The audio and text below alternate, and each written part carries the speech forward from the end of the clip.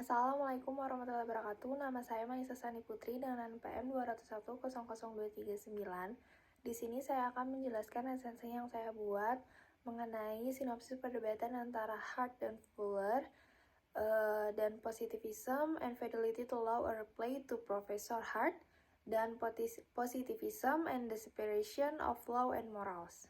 Pertama-tama saya akan menjelaskan esensi mengenai Positivism and Fidelity to Law or Reply to Professor Hart, yang dimana Hart memperlihatkan keberhasilan doktrin PH klasik Bentham dan John Austin untuk memisahkan hukum dan moralitas sebagai jawaban yang dilakukan penganut THK seperti Blackstone.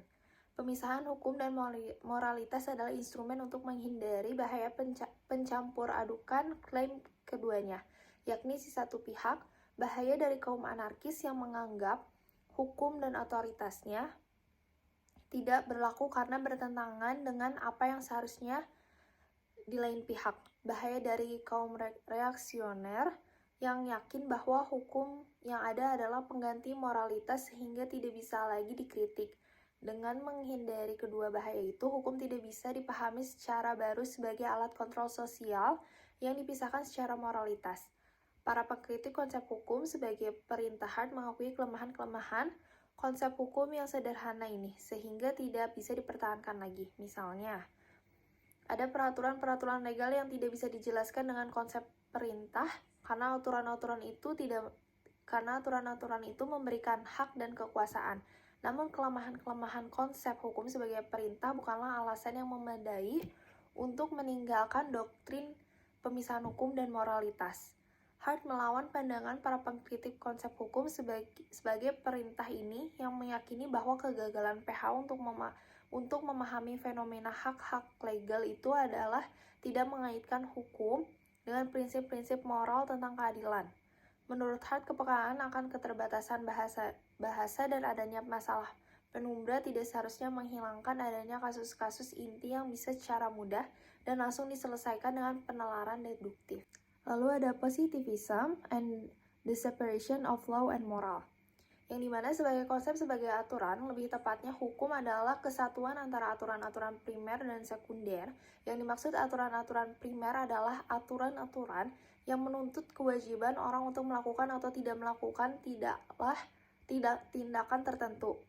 Sedangkan aturan-aturan sekunder adalah aturan-aturan yang diciptakan agar aturan-aturan primer bisa dilaksanakan dengan lebih pasti, bisa diubah, dan lebih efisien. Aturan-aturan sekunder terdiri dari aturan-aturan pengakuan atau aturan perubahan dan aturan peradilan. Secara khusus, Hart menunjukkan bahwa aturan sekunder tentang pengakuan bisa dijadikan fondasi sistem hukum menggantikan konsep penguasa yang berdaulat dalam konsep hukum sebagai perintah. Hart menjelaskan bahwa konsep aturan yang dibelanya adalah konsep aturan yang mengakui tekstur terbuka tanpa jatuh pada sikap skeptis terhadap aturan sendiri. Hart tidak mau terjebak pada sikap skeptisme aturan yang menolak dualitas itu sebagai dasar untuk meninggalkan doktrin pemisahan hukum dan moralitas. Dengan menghargai dualitas aturan ini, dimungkinkan adanya disreksi yudisial yang dilakukan oleh para hakim dengan tidak sewenang-wenang, tetapi tetap berdasarkan norma-norma dan standar-standar yang digunakannya untuk mengambil keputusan. Lalu saya akan menjelaskan mengenai sinopsis perdebatan antara Hart dan Fuller, yang dimana perdebatan mengenai perspektif dalam ilmu hukum memang sangat menarik. Hal ini terlihat dari banyaknya refleksi para ahli hukum yang terus-menerus memperdebatkan dalil-dalil khususnya mengenai hukum, penerapan, dan tujuannya. Kontroversi ideologis inilah yang kemudian diungkapkan dan menjadi dasar pemahaman para pemikir selanjutnya tentang hukum. Perdebatan terus berkecamuk hingga lahirnya aliran pemikiran ilmu hukum. Salah satu perdebatan yang menarik dalam bidang hukum saat ini adalah permasalahan antara Hart dan Lon Fuller. Perdebatan ini antara mereka bisa dibilang merupakan perdebatan paling menarik di abad 21. Kedua pemikir ini memberikan wawasan mengenai makna hukum dalam lanskap hukum saat ini, di mana undang-undangnya didasarkan pada semangat nasionalisme dan nasionalisme fasis ala Nazi. Semua undang-undang ditegaskan demi kepentingan nasional Nazi Jerman, meskipun undang-undang ini memberikan banyak hukuman yang mengabaikan kemanusiaan. seperti contohnya pembunuhan, kerja paksa, pengambilan tawanan perang, penyiksaan, pembakaran, bahkan pemusnahan terhadap kelompok etnis atau mereka yang dianggap pengkhianat dan bukan bagian dari bangsa Nazi, serta mereka yang tidak mau tunduk dan mematuhi aturan nasional Nazi Jerman. Keuntungan terkait dengan fenomena tersebut, Hart berpendapat bahwa perbuatan tersebut meskipun dianggap tidak manusiawi namun tetaplah sah menurut hukum. Hart menjelaskan lebih detail karena kewenangan hukum harus diberikan oleh suatu otoritas yang mempunyai kewenangan tertinggi di suatu daerah. Maka kemurnian hukum juga akan terjamin. Muncul jika otoritas ini tidak disamakan dengan otoritas lain, baik yang nyata maupun abstrak, yang hidup dalam dunia kolektif masyarakat. Bagi Hart, hukum mempunyai kedaulatan hukum suatu negara atau wilayah dan sistem hukumnya diterapkan. Karena hukum pada hakikatnya adalah suatu peraturan bahwa apabila seseorang berada dalam yurisdiksi suatu negara, berarti ia berkomitmen terhadap sistem dan hukum yang berlaku di yurisdiksi tersebut. Merupakan cara suatu negara untuk menjalankan hukum dan kedaulatannya tanpa harus menerima pandangan, campur tangan, dan hukum asing di luar wilayah negara tersebut.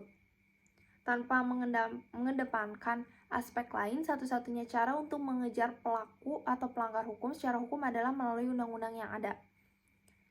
Hukum merupakan produk yang lahir dari konsensus dan mempunyai kedudukan yang sama bagi seluruh masyarakat. Tidak ada satu unsur pun yang boleh merubah hukum demi terlaksananya hukum murni di suatu wilayah. Kemudian hukum adalah ketika pelaksanaannya tidak tergantung pada situasi dan keadaan yang mampu mengintervensi kekuatan dan wibawa hukum. Menurut Hart, hukum itu sesuai dengan apa yang seharusnya menjadi hukum itu sendiri. Mempertahankan aspek lain selain hukum tidak hanya dapat menjadi masalah buruk secara intelektual, tetapi juga dapat mendorong individu atau masyarakat untuk mempertanyakan atau bahkan menolak untuk mematuhi sebuah hukum. Pada hakikatnya, hukum tidak bermoral dan tidak ada moralitas dalam hukum. Bagi Hart, hukum yang didekatkan dengan moral akan cenderung membawa hukum pada tujuan yang buruk. Adanya undang-undang yang penerapannya selalu dibatasi oleh moralitas dapat meningkatkan semangat individu atau masyarakat untuk mengikutinya secara membabi buta dan menggunakannya hanya untuk tujuan maksiat. Adanya moralitas dapat menjadi alat untuk membantu seseorang pemimpin atau sekelompok orang agar terhindar dari jeratan hukum. Moralitas yang dijadikan alat untuk melawan hukum pada hakikatnya adalah alat untuk melawannya dengan memberikan argumentasi yang secara tidak langsung melemahkan wibawa dan kedaulatan hukum.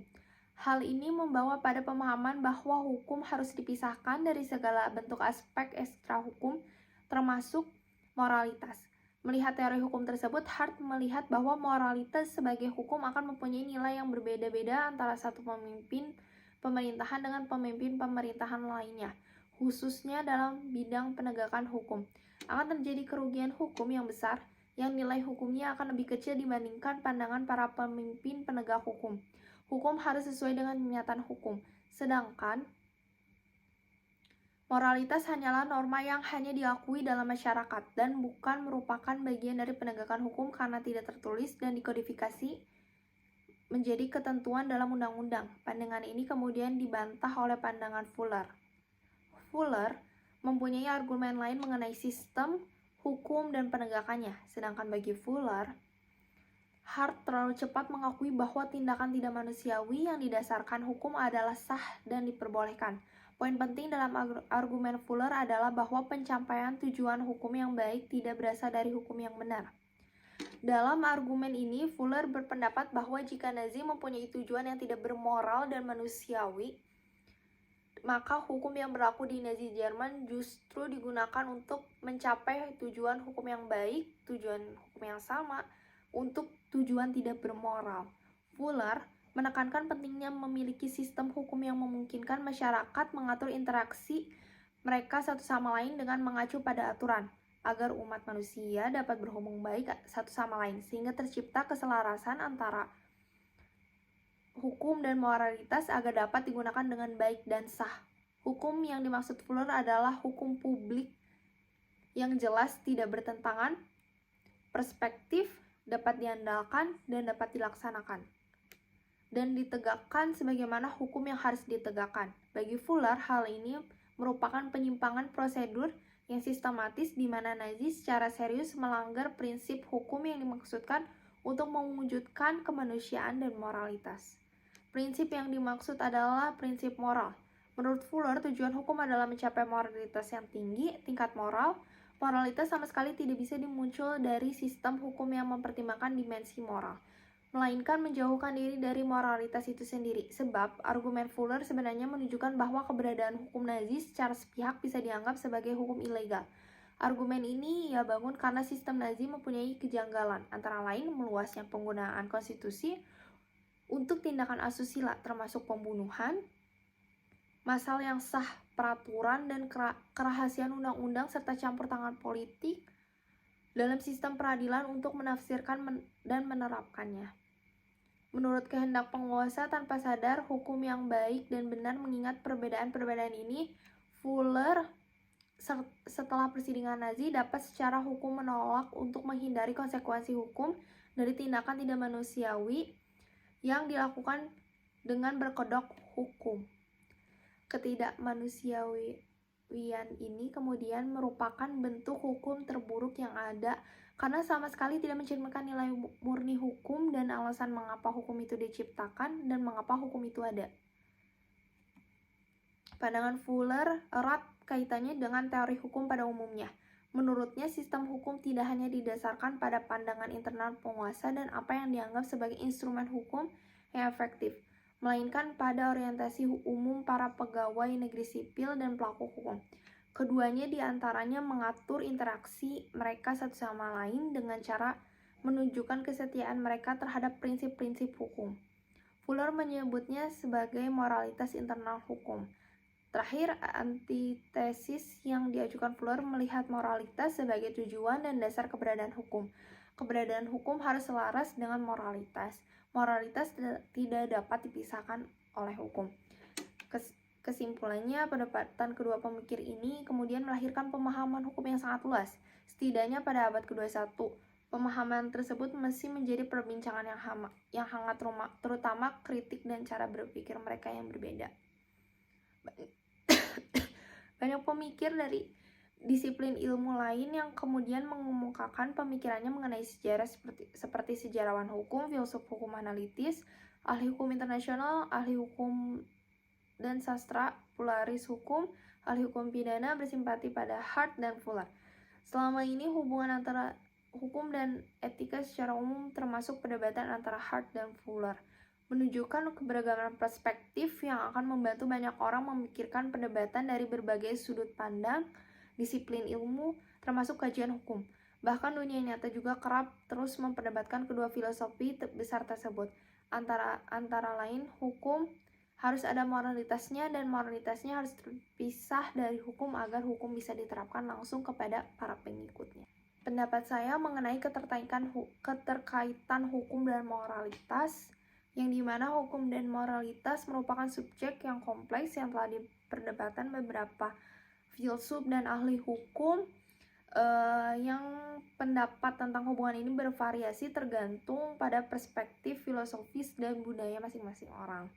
Seperti contohnya yang pertama, moralitas sebagai dasar hukum. Dalam pandangan ini, hukum seharusnya didasarkan pada prinsip-prinsip etika dan moralitas yang diterima secara luas. Hukum dianggap sebagai alat untuk memastikan bahwa tindakan-tindakan yang dianggap tidak etis atau tidak bermoral juga legal. Yang kedua, hukum dan moralitas sebagai entitas terpisah. Di sisi lain, ada pandangan bahwa hukum dan moralitas adalah dua domain terpisah. Hukum dianggap sebagai aturan yang diciptakan oleh pemerintah untuk menjaga masyarakat atau menjaga ketertiban sosial, sementara moralitas adalah kumpulan prinsip dan nilai-nilai pribadi atau kelompok yang berkaitan dengan baik dan buruk. Dalam pandangan ini, hukum tidak selalu harus mencerminkan moralitas. Yang ketiga, moralitas sebagai inspirasi hukum. Sebagian orang berpendapat bahwa sementara hukum dan moralitas adalah domain terpisah, moralitas dapat menjadi inspirasi bagi pembuat kebijakan hukum. Artinya, meskipun tidak semua nilai moral harus dijadikan hukum, nilai-nilai tersebut dapat membimbing pembuat kebijakan dalam membuat keputusan yang adil dan etis. Dan yang terakhir, hukum sebagai pelindung hak asasi manusia. Beberapa sistem hukum, terutama yang didasarkan pada prinsip-prinsip hak asasi manusia, menekankan perlindungan terhadap hak-hak individu. Dalam konteks ini, hukum seringkali bertujuan untuk melindungi hak-hak dasar yang dianggap universal dan intrinsik yang memiliki relevansi dengan prinsip-prinsip moralitas. Pendapat tentang keterkaitan antara hukum dan moralitas seringkali tergantung pada sudut pandang kultural, agama, dan filosofis. Beberapa masyarakat mungkin lebih condong untuk menghubungkan hukum dengan nilai-nilai moral. Sementara yang lain mungkin lebih menerima pemisahan antara keduanya karena memiliki dua domain yang berbeda. Terlepas dari perspektif masing-masing, pemahaman yang mendalam tentang hubungan antara hukum dan moralitas penting untuk mengembangkan sistem hukum yang adil dan berkeadilan. Sekian dari saya, terima kasih atas perhatiannya. Mohon maaf apabila ada kata-kata yang kurang berkenan. Wassalamualaikum warahmatullahi wabarakatuh.